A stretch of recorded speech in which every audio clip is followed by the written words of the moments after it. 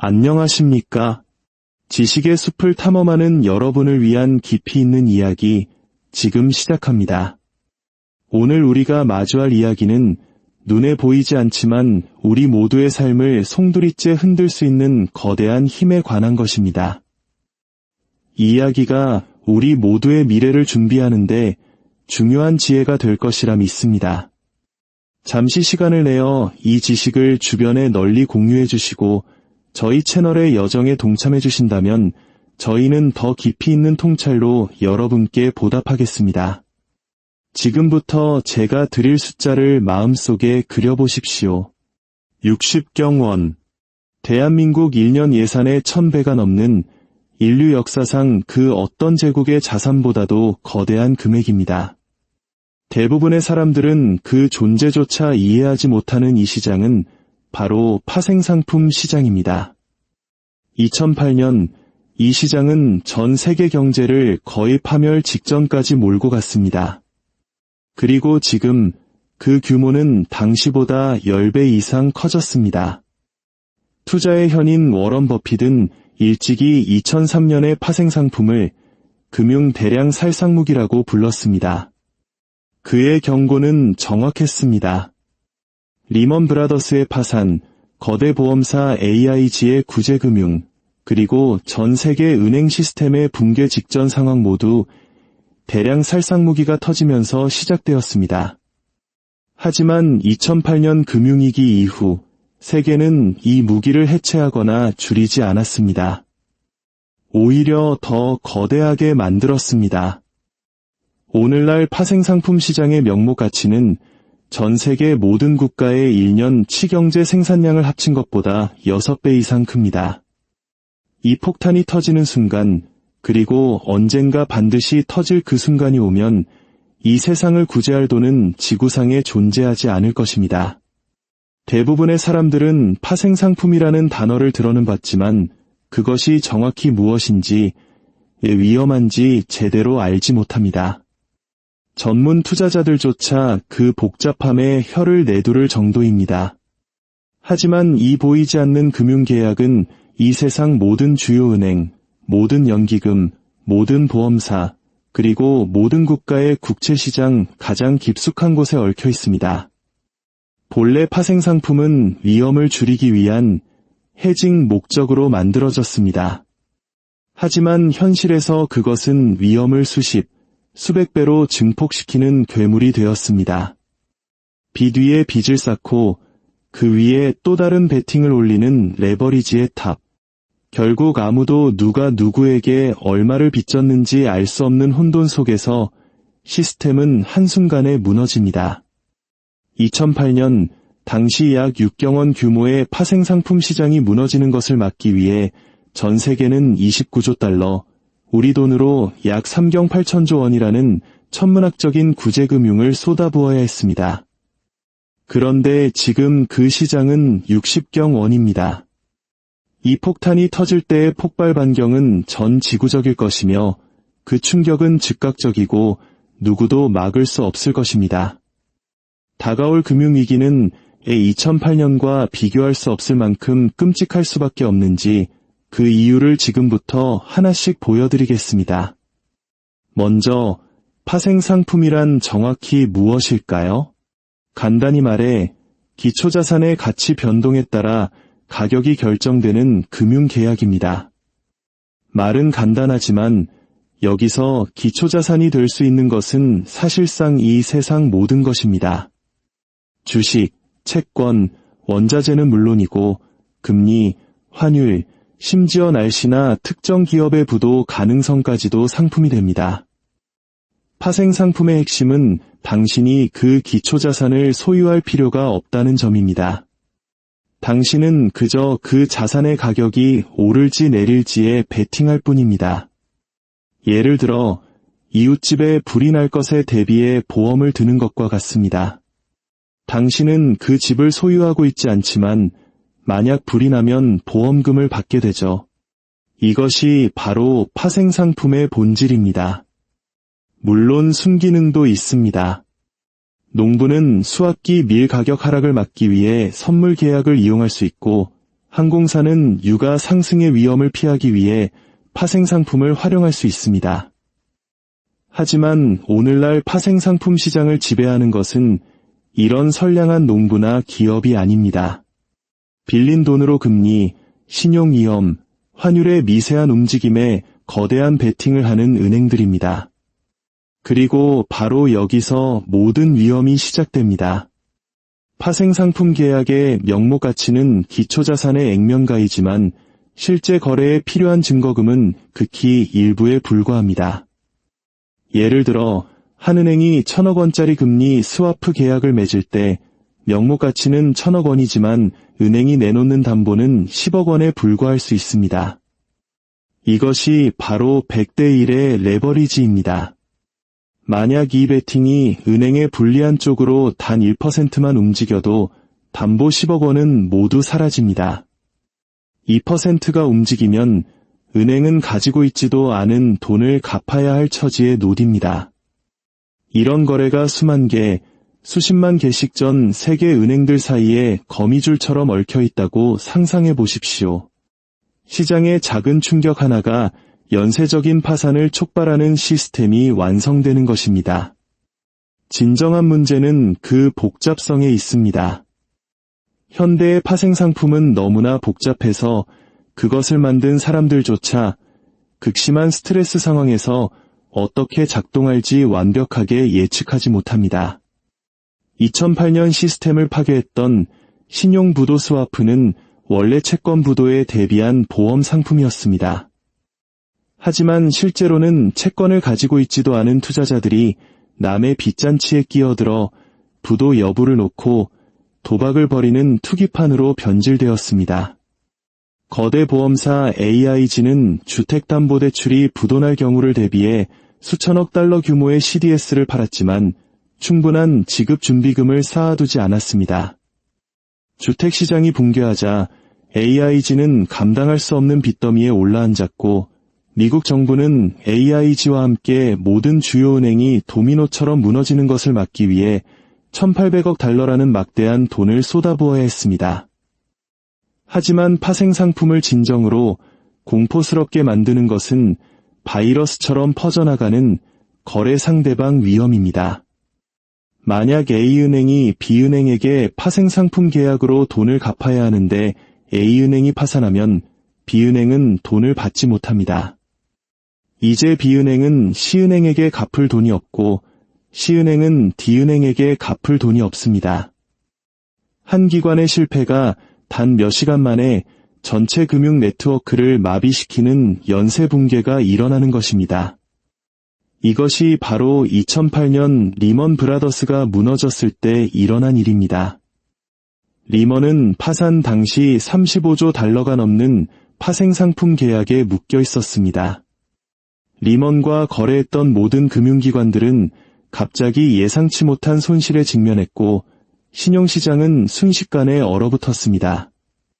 금융위기는 그렇게 세계 경제 대침체로 번져나갔습니다. 2008년 리먼 브라더스의 파산 소식은 대한민국에도 거대한 충격파를 던졌습니다. KOSPI 지수는 반토막났고 원달러 환율은 급등하며 수많은 기업과 가정이 고통받았습니다. 우리에겐 1997년 IMF 외환위기의 끔찍한 기억이 아직 생생했기에 그 공포는 더욱 컸습니다. 그 악몽의 진원지가 바로 이 파생상품이었던 것입니다. 2008년의 교훈은 명백했습니다. 위험한 파생상품을 금지하거나 엄격하게 제한해야 한다는 것이었습니다. 하지만 결과는 어땠을까요? 규제 당국은 은행들의 강력한 로비 앞에 무릎 꿇었습니다. 파생상품이 위험 관리에 필수적이며 유동성을 공급하고 경제에 꼭 필요하다는 그들의 주장을 받아들였습니다. 그 결과 2008년 이후 파생상품 시장은 줄어들지 않았습니다. 오히려 6경원에서 60경원으로 10배나 폭발적으로 성장했습니다. 6경원짜리 시장이 전 세계를 무너뜨릴 뻔했다면 60경원짜리 시장은 인류 문명 자체에 대한 위협입니다. 오늘날 이 시한폭탄을 누가 쥐고 있을까요? 놀랍게도 그 위험은 극소수의 거대 은행에 집중되어 있습니다. 미국에서는 단 4개의 은행, JP모건 체이스, 시티은행, 뱅크 오브 아메리카, 그리고 골드만삭스가 전체 파생상품 위험의 약 90%를 보유하고 있습니다. 이들은 2008년에 구제금융을 받았던 바로 그 은행들이며 지금은 그때보다 훨씬 더 크고 더 많은 빚을 지고 있습니다. JP모건 체이스 하나만 해도 최근 보고서 기준으로 약 54조 달러, 우리 돈으로 7경 원에 달하는 명목 가치의 파생상품을 보유하고 있습니다. 이는 전 세계 1년 총생산의 절반이 넘는 금액이며 대한민국 1년 예산의 100배가 넘는 상상조차 힘든 규모입니다. 은행은 대부분의 포지션이 서로 상쇄되는 해지가 되어 있어 실제 위험은 훨씬 적다고 주장합니다. 하지만 그것은 리먼 브라더스와 AIG가 무너지기 직전에 했던 말과 정확히 똑같습니다. 해지는 거래 상대방이 파산하거나 시장이 비정상적으로 움직이는 위기 상황에서는 아무런 소용이 없어집니다. 이 4개의 은행이 짊어진 파생상품의 총액은 약 186조 달러, 전 세계 경제 규모의 2배에 가까운 금액입니다. 이들 중 단 하나라도 치명적인 실수를 저지른다면 그 손실은 은행의 자본금을 수백 배 초과하여 순식간에 파산으로 이어질 것입니다. 문제는 이 은행들이 서로 거미줄처럼 얽혀 있다는 점입니다. 한 은행의 실패는 곧바로 다른 은행들의 손실로 이어지는 운명 공동체인 셈입니다. 위기의 방아쇠는 이미 여러 곳에서 당겨지고 있습니다. 첫째, 금리의 급격한 변동성입니다. 전체 파생상품의 80% 이상이 금리에 연동되어 있습니다. 지난 수년간 이어진 제로금리 시대는 끝났고 이제는 전례 없는 속도로 금리가 오르내리고 있습니다. 이런 격변 속에서 누군가는 천문학적인 돈을 잃고 있으며 그 손실은 아직 회계 장부 뒤에 숨겨져 있을 뿐입니다. 둘째, 상업용 부동산 시장의 붕괴입니다. 원격 근무의 확산으로 텅 비어가는 사무실 건물들은 막대한 부채의 시한폭탄이 되고 있습니다. 미국뿐만 아니라 한국에서도 부동산 프로젝트 파이낸싱 부실 문제는 언제 터질지 모르는 뇌관으로 지목됩니다. 부동산 대출 부실은 관련 파생상품의 연쇄 폭발로 이어질 수 있습니다. 셋째, 유럽과 중국발 금융 불안입니다. 이미 크레디트 스위스가 파산했고 도이체방크는 여전히 살얼음판을 걷고 있습니다. 중국의 헝다 그룹 사태에서 보았듯이 부동산 버블 붕괴와 막대한 그림자 부채는 언제든 세계 경제를 뒤흔들 수 있습니다. 이 모든 위기는 파생상품이라는 도관을 통해 순식간에 미국과 전 세계로 퍼져나갈 것입니다. 그렇다면 왜 이번 위기는 2008년처럼 구제금융으로 막을 수 없는 것일까요? 답은 간단합니다. 문제가 너무 커졌기 때문입니다. 2008년에는 전 세계 정부와 중앙은행이 약 29조 달러를 쏟아부어 간신히 시스템 붕괴를 막았습니다. 하지만 이제 시장 규모는 10배가 커졌습니다. 만약 이 거대한 시장에 단 10%만 부실화되어도 60조 달러, 즉 8경 원에 달하는 손실이 발생합니다. 이는 2008년 구제금융 총액의 2배가 넘고 전 세계 1년 GDP의 절반을 넘는 금액입니다. 전 세계 어느 정부도 어느 중앙은행도 이 정도의 손실을 감당할 여력이 없습니다. 이미 각국 정부는 코로나 팬데믹과 이전의 구제금융으로 인해 막대한 빚더미에 올라앉아 있습니다. 돈을 더 찍어내서 막으려 한다면 상상조차 할 수 없는 하이퍼인플레이션이 닥쳐올 것입니다. 이는 단순히 물가가 오르는 수준이 아니라 우리가 평생 모은 돈의 가치가 휴지 조각이 되고 통화 시스템 자체가 붕괴되는 것을 의미합니다. 또한 이제는 구제금융에 대한 정치적, 사회적 동의를 얻을 수도 없습니다. 2008년 대중들은 은행을 구해야 경제가 산다는 논리에 마지못해 동의했지만 그 결과는 부의 양극화 심화와 서민들의 고통뿐이었습니다. 다시 한번 국민의 세금으로 탐욕스러운 금융기관을 구제하려 한다면 전 세계적인 사회적 저항과 혼란에 직면하게 될 것입니다. 결국 대마불사의 논리는 이제 구제불능의 현실이 되었습니다. 우리는 지금 60경 원짜리 시한폭탄 위에 앉아 있습니다. 2008년에 인류 문명을 거의 파괴할 뻔했던 그 폭탄보다 10배나 더 강력하고 단 4개의 은행이 그 뇌관을 쥐고 있으며 언제든 터질 수 있는 수많은 위협에 노출되어 있습니다. 그리고 이번에는 그것을 해체하거나 막을 방법이 없습니다. 위기는 다가오고 있습니다. 그것이 금리 문제로 시작될지, 부동산 문제로 시작될지, 혹은 유럽이나 중국에서 시작될지는 중요하지 않습니다.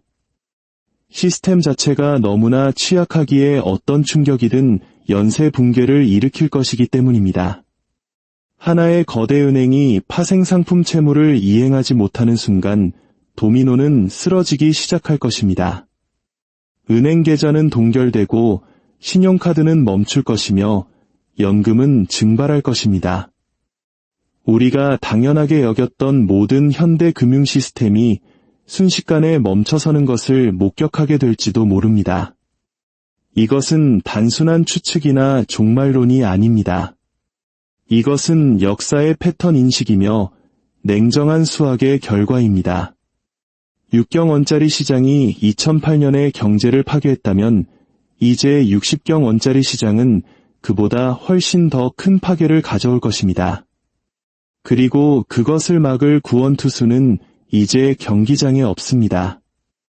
60경 원이라는 숫자는 단순한 금융 용어가 아닙니다. 그것은 현대 문명이 탐욕과 복잡성 위에 쌓아올린 거대한 바벨탑이며 그 꼭대기에서 우리 모두는 지금 아슬아슬한 줄타기를 하고 있습니다. 진짜 문제는 이 줄이 언제 끊어질지 아무도 모른다는 것입니다.